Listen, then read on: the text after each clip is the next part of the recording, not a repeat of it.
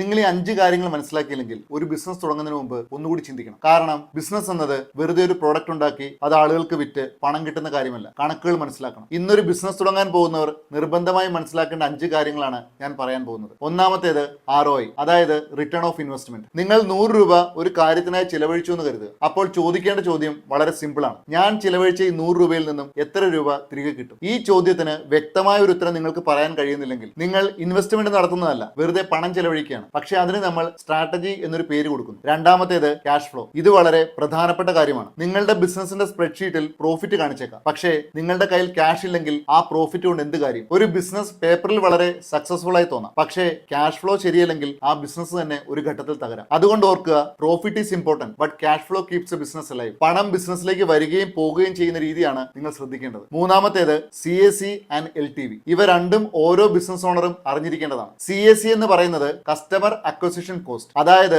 ഒരു പുതിയ കസ്റ്റമറിനെ കിട്ടാൻ നിങ്ങൾ ചെലവഴിക്കുന്ന തുക. LTV എന്ന് പറയുന്നത് ലൈഫ് ടൈം വാല്യൂ, ആ കസ്റ്റമർ നിങ്ങളുടെ ബിസിനസ്സിൽ നിന്നും കാലക്രമേണ നിങ്ങൾക്ക് നൽകുന്ന ആകെ വാല്യൂ. ഇനി ഒരു എക്സാമ്പിൾ നോക്കാം. ഒരു കസ്റ്റമറിനെ കിട്ടാൻ നിങ്ങൾ 1000 രൂപ ചിലവഴിക്കുന്നു, പക്ഷേ ആ കസ്റ്റമറിൽ നിന്നും നിങ്ങൾക്ക് ലഭിക്കുന്നത് വെറും 700 രൂപ മാത്രമാണെങ്കിൽ നിങ്ങൾ ഓരോ കസ്റ്റമറിനെയും കിട്ടുമ്പോഴും 300 രൂപ നഷ്ടപ്പെടുത്തുകയാണ്. പക്ഷേ നിങ്ങൾ 1000 രൂപ ചിലവഴിച്ച് ഒരു കസ്റ്റമറിനെ നേടുകയും അയാളിൽ നിന്ന് പിന്നീട് 5000 രൂപയോ 10000 രൂപയോ വാല്യൂ ഉണ്ടാക്കുകയും ചെയ്യുന്നുണ്ടെങ്കിൽ അതാണ് സ്കെയിലബിൾ ബിസിനസ് മോഡൽ. അതുകൊണ്ട് CAC-യേക്കാൾ LTV കൂടുതലാണോ എന്ന് എപ്പോഴും നോക്കണം. നാലാമത്തേത് ബ്രേക്ക് ഈവൻ പോയിന്റ്. ഇത് പലരും കൃത്യമായി കണക്കാക്കാറില്ല. നിങ്ങളുടെ ബിസിനസിന്റെ rent, software, salary, marketing, equipment മാത്രമല്ല, നിങ്ങളുടെ സ്വന്തം സമയത്തിനും ഒരു വാല്യൂ ഉണ്ട്. ഇതെല്ലാം കവർ ചെയ്യാൻ ഒരു മാസം നിങ്ങൾക്ക് എത്ര സെയിൽസ് വേണം? 10 സെയിൽസ് ആണോ, 50 സെയിൽസ് ആണോ, 100 സെയിൽസ് ആണോ? ആ നമ്പർ നിങ്ങൾക്ക് അറിയില്ലെങ്കിൽ നിങ്ങളുടെ ബിസിനസ് എപ്പോൾ ബ്രേക്ക് ഈവൻ ആകുമെന്ന് നിങ്ങൾക്ക് അറിയില്ല. അപ്പോൾ ഗ്രോത്ത് എങ്ങനെ പ്ലാൻ ചെയ്യും? അതുകൊണ്ട് നിങ്ങളുടെ ബ്രേക്ക് ഈവൻ പോയിന്റ് കൃത്യമായി അറിയണം. അഞ്ചാമത്തേത് നിങ്ങളുടെ സ്വന്തം സമയത്തിന്റെ വില. ഇതെനിക്ക് പേഴ്സണലി വളരെ ഇമ്പോർട്ടന്റ് ആയി തോന്നിയ ഒരു കാര്യമാണ്. നിങ്ങൾ 40,000 രൂപ സമ്പാദിക്കാൻ